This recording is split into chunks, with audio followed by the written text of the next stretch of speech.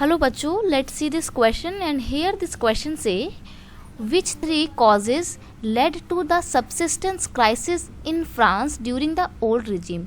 यानी कि क्वेश्चन आपसे पूछ रहा है कि जब ओल्ड रिजीम का टाइम था तो फ्रांस में जो सबसिस्टेंस क्राइसिस आया था उसके 3 कारण बताइए कि वो क्राइसिस क्यों फ्रांस में आया ड्यूरिंग द ओल्ड रिजीम। ठीक है, इस क्वेश्चन को कुछ इस तरीके से भी पूछा जा सकता है, व्हाट इज सबसिस्टेंस क्राइसिस।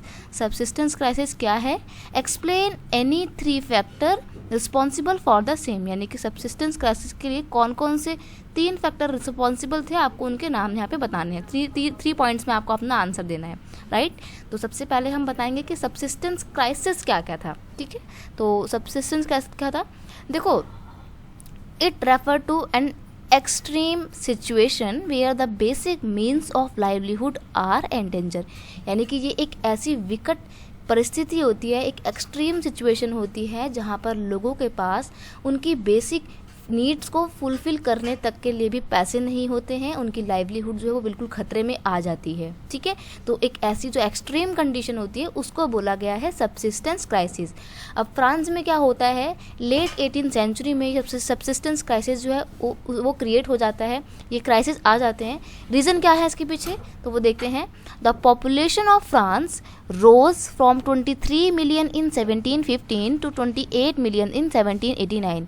यानी कि जो पॉपुलेशन फ्रांस की 1715 में 23 मिलियन थी, 1789 तक आते आते वो पॉपुलेशन कहाँ पहुँच गई, 28 मिलियन पे पहुँच गई। तो उसका मतलब ये है कि जो पॉपुलेशन थी उसमें बहुत तेज़ी से वृद्धि देखने को मिलती है, बहुत तेज़ी से वो इंक्रीज़ होती है, रैपिड इंक्रीज़ देखने को मिलता है पॉपुलेशन में।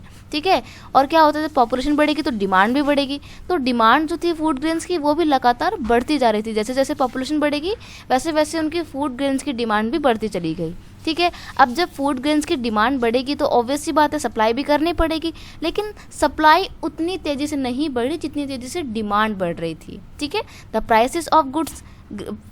Prices of food grains increase rapidly that it become unaffordable for many people.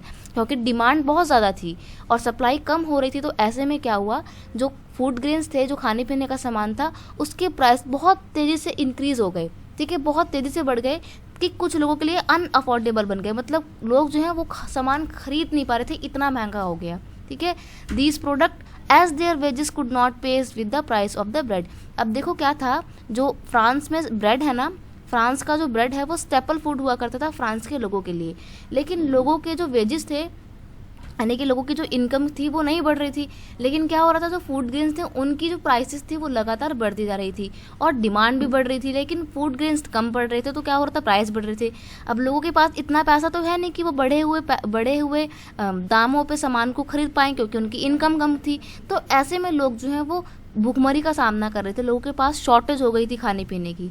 Hence gap between the poor and rich widened. और जब इतनी एक्सट्रीम कंडीशन चल रही थी तो ऐसे में क्या हो रहा था, जो गरीब लोग हैं, जो खाना भी नहीं खरीद पा रहे, वो तो और गरीब होते चले गए, लेकिन जो अमीर लोग हैं, जो फूड ग्रेन्स को बेच के बहुत पैसा कमा रहे थे, वो अमीर लोग लगातार और अमीर होते चले गए। तो क्या हो रहा था, ऐसे में जो अमीर गरीब के बीच की जो खाई थी, जो गैप था, वो और ज़्यादा वाइड हो गया था, और ज़्यादा चौड़ा हो गया था। ठीक है, situation become worse when drought और हेल रिड्यूस द हार्वेस्ट। और इन सब के बीच में चीज़ें तब और ज़्यादा ख़राब हो जाती हैं जब फ्रांस में सूखा पड़ जाता है और स्नो गिर जाती है क्रॉप में। तो ऐसे में जो होता है, जो क्रॉप होती है वो फेल हो जाती है, क्रॉप फेलियर हो जाता है, लोगों की कंडीशन और ज़्यादा ख़राब हो जाती है। खाने पीने का सामान वैसे ही कम था, हार्वेस्ट भी उनकी ख़राब हो जाती है, तो कंडीशन बहुत ज़्यादा एक्सट्रीम हो जाती है।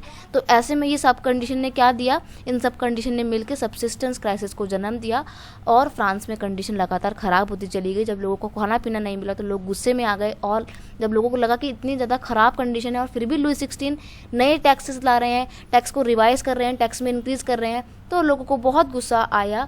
और फिर इन द एंड क्या होता है, इन द एंड 1789 में फ्रांस में रेवोल्यूशन देखने को मिलती है, जबकि लुई 16 फ्रांस के राजा होते हैं। ठीक है, आई होप आपको ये पूरा सबसिस्टेंस क्राइसिस क्या था और इसके क्या क्या रीज़न, इसके पीछे क्या रीज़न थे, क्या फैक्टर्स थे जो इसके पीछे रिस्पॉन्सिबल थे, आपको अच्छे से समझ में आया होगा। Best of luck.